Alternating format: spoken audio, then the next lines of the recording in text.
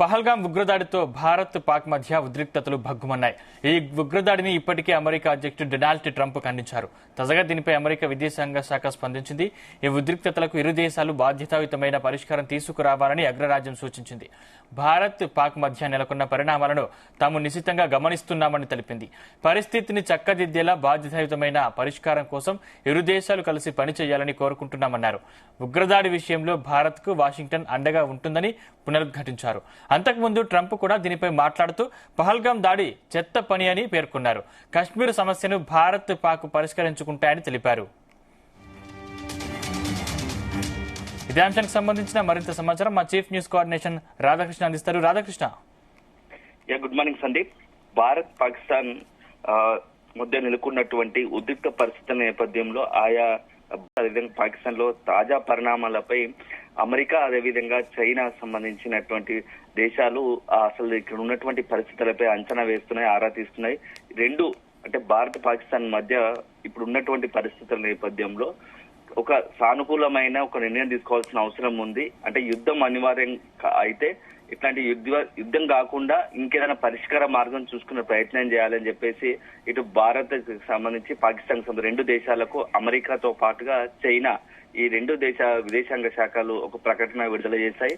ఇప్పటికే పహల్గాం ఘటనకు సంబంధించి దాడి ఘటనకు సంబంధించి ప్రపంచ దేశాలు కూడా తీవ్రంగా ఖండించాయి. అక్కడ ఉన్నటువంటి మృతులకు కూడా సంఘీభావం తెలిపారు, సంతాపం తెలిపారు. సో ఇప్పుడున్న పరిస్థితుల్లో ఆ దాడి ఘటనను ఖండిస్తూనే అదేవిధంగా అక్కడ ఉన్నటువంటి భారత్ కు మద్దతుగా నిలుస్తున్నట్టునే అదేవిధంగా అనవసరంగా యుద్ధంకి అవకాశం ఇవ్వకూడదు అనేది ఇటు అమెరికా కావచ్చు, అదేవిధంగా చైనాకు సంబంధించిన విదేశాంగ ఒక ప్రకటన తెలిపింది. అయితే ఇప్పుడున్న పరిస్థితుల్లో మాత్రం పాకిస్తాన్ ఒకవైపు ఇతర దేశాలు అంటే అమెరికా చైనాకు సంబంధించి మద్దతు కోరే ప్రయత్నం చేస్తున్నప్పటికీ పూర్తి స్థాయిలో అమెరికా యొక్క తీవ్రవాదను పెంచి పోషిస్తుందని చెప్పేసి ఇప్పటికే ప్రపంచ వ్యాప్తంగా ఒక ముద్ర ఉంది.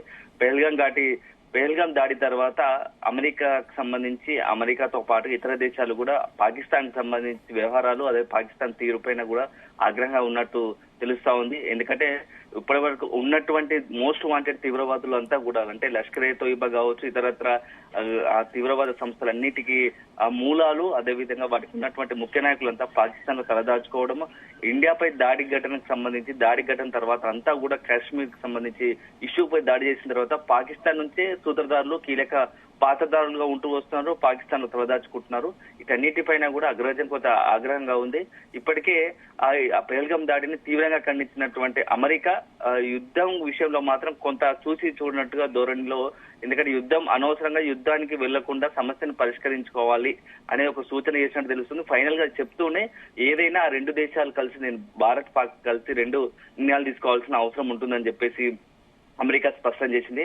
అయితే మరోవైపు మాత్రం పాకిస్తాన్ మాత్రం ఇంకా తన కవ్వింపు చర్యలకు పాల్పడుతూనే ఉంది. ఒకవైపు ఆ సరిహద్దు ప్రాంతాల్లో అమెరికాకు సంబంధించి పాకిస్తాన్ సరిహద్దు ప్రాంతాల్లో భారత్ భూభాగంలోకి కాల్పులు జరపడం, పెద్ద ఎత్తున బలగాలను మోహరించి భారత్ ను మరింత కవ్వింపు చర్యలకు పాల్పడడం, రెచ్చగొట్టే ధోరణి వ్యవహరిస్తా ఉంది. ఇప్పటికే అక్కడ ఉన్నటువంటి ముఖ్య నాయకులు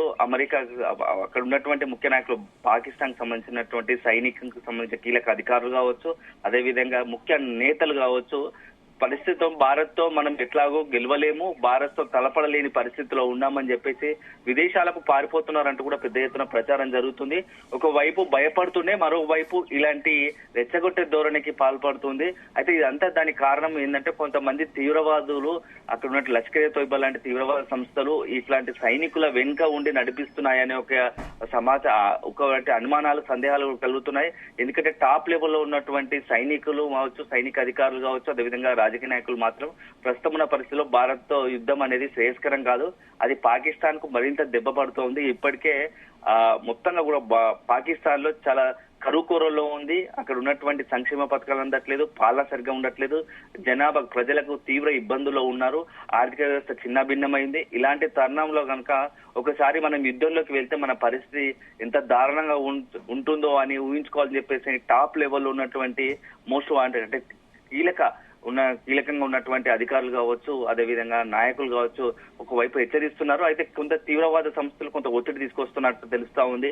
ఇట్టి పరిస్థితుల్లో కాల్పులు జరపాల్సిందే, భారత్ రెచ్చగొట్టాల్సిందే అని చెప్పేసి కొన్ని తీవ్రవాద శక్తులు ప్రయత్నాలు చేస్తున్నట్టుగా తెలుస్తోంది. ఈ నేపథ్యంలో భారత్ కూడా ధీటైన జవాబు ఇచ్చేందుకు సిద్ధపడుతా ఉంది. ఇప్పటికే భారత్ కేవలం యుద్ధ తంత్రాన్ని నమ్ముకోకుండా, ఎందుకంటే భారత్ చాలా మానవీయ కోణంలో ప్రజలు ఎక్కడున్నా ప్రజలే, కొంతమంది తీవ్రవాద సంస్థలు కావచ్చు, కొంతమంది రాజకీయ నాయకుల స్వలాభావంతో కూడుకొని దాడులు దిగబడితే అమాయక ప్రజలు బలిగా ఉంటారని ఒకే ఒక ఉద్దేశంతో చాలా సమన్వయంతో భారత్ వేచి చూసే ధోరణి ప్రదర్శిస్తుంది. అలా కాకుండా కేవలం భారత్ యుద్ధ తంత్రాన్ని కాకుండా రాజనీతితో ముందుకు పోతోంది. ఇప్పుడున్న పరిస్థితుల్లో పాకిస్తాన్ అంతర్జాతీయంగా అంటే అంతర్జాతీయంగా ఏకాకిని చేసే ప్రయత్నం, అదే పాకిస్తాన్ కు అందాల్సిన సహాయ సహకారాలన్నింటినీ నిలిపివేస్తూ కొన్ని చర్యలు తీసుకుంటూ ప్రారంభించింది. ఇప్పటికే సింధు జలాలను నిలిపివేయడంతో పాకిస్తాన్ చాలా తీవ్ర ఇబ్బందులు పడతా ఉంది. ఇటు దిక్కుమొక్కు లేని పరిస్థితిలో ఉంది. ఇప్పటికే ఆ నీటి జలాలు ఒకవేళ అక్కడ సింధు జలాలు మాత్రం ఆ పాకిస్తాన్ కు అందకపోతే చాలా కరువు కాటకాలు ఏర్పడతాయి, దుర్భిక్ష పరిస్థితులు ఏర్పడతాయి. ఇప్పటికే అక్కడ తాగడానికి నీరు లేక ఇబ్బంది పడుతున్న పరిస్థితుల్లోనే ఒకవేళ ఇప్పుడు ఇది, ఎందుకంటే సింధు జలాలతోనే అక్కడ ఉన్నట్టు పంజాబ్ ప్రాంత్ లో కొంచెం మంచి పంటలు పండుతాయి. పాకిస్తాన్ కి సంబంధించి కీలకమైన ఆర్థిక శక్తికి వెన్నుదన్నుగా నిలిచేది ఈ యొక్క సింధు జలాలతోనే. అలాంటి సింధు జలాలే ఆగిపోతే అక్కడ ఉన్న పాకిస్తాన్ పరిస్థితి ఎంత భయంకరంగా ఉంటుందో ఊహించుకోవచ్చు అని చెప్పేసి పాకిస్తాన్ ప్రజలు కూడా కోరుకుంటున్నారు. అదే సందర్భంలో పాకిస్తాన్ ప్రజలు కూడా భారత్ అనవసరంగా యుద్ధానికి వెళ్ళకూడదు, యుద్ధానికి వెళ్తే మన పని అంతే అని చెప్పేసి సోషల్ మీడియాలో తమ అభిప్రాయాలను వ్యక్తిగతంగా ఇండివిజువల్ గానే వెల్లడిస్తూ వస్తున్నారు. అన్ని నేపథ్యంలో చూసుకుంటే కూడా పాకిస్తాన్ సంబంధించిన కొంతమంది నాయకులు కావచ్చు, కొంతమంది నేతలు ఇష్టానుసారంగా మాట్లాడుతూ మరింత భారత్ రెచ్చగొట్టే చర్యలకు దిగుతున్నారు. ఇవన్నీ కలిపి కూడా భారత్ సంబంధించి మాత్రం చాలా సమన్వయంగా ఉంది. అవకాశాన్ని బట్టి, పరిస్థితులను బట్టి అంచనాకు తర్వాత నెక్స్ట్ తదుపరి కార్యాచరణకు సిద్ధమవుతుంది. తెలుసు ఇప్పటికే గత 3-4 రోజులుగా కాశ్మీర్ సంబంధించి జమ్మూ కాశ్మీర్ లో ప్రతి ఇంటిని జల్లెడపడుతున్నటువంటి భద్రతా బలగాలు, జమ్మూ కాశ్మీర్ పోలీసులు అనుమానాస్పద వ్యక్తులు కావచ్చు, తీవ్రవాద సంస్థలకు సంబంధించినటువంటి ఏ మూలాలు కనిపించినా వాటిని ధ్వంసం చేయడం, అదేవిధంగా అనుమానాస్పద వ్యక్తులను అదుపులోకి తీసుకొని విచారించడం, దాంతో పాటుగా ఎవరైతే ఇప్పటికే భారత లిస్ట్ లో అంటే అక్కడ ఉన్నటువంటి జమ్మూ కాశ్మీర్ పోలీసుల లిస్ట్ లో కావచ్చు, భద్రతా బలగాలు ఉన్నటువంటి సమాచారం ప్రకారం ఆ తీవ్రవాదుల ఎవరైతే లిస్ట్ లో ఉన్న వాళ్ళందరి తీవ్రవాదుల ఇళ్లను ఇప్పటికే ధ్వంసం చేస్తా ఉంది. రోజుకి 2-3 తీవ్రవాదులు ఇంత ధ్వంసం చేస్తూ ఒక హెచ్చరిక జారీ చేస్తా ఉంది. మళ్ళా భవిష్యత్తులో జమ్మూ కాశ్మీర్ లో తీవ్రవాదం అనేది లేకుండా చేయాలనే ఒక ఉద్దేశంతో పూర్తి స్థాయిలో భద్రతా బలగాలు పనిచేస్తున్నాయి.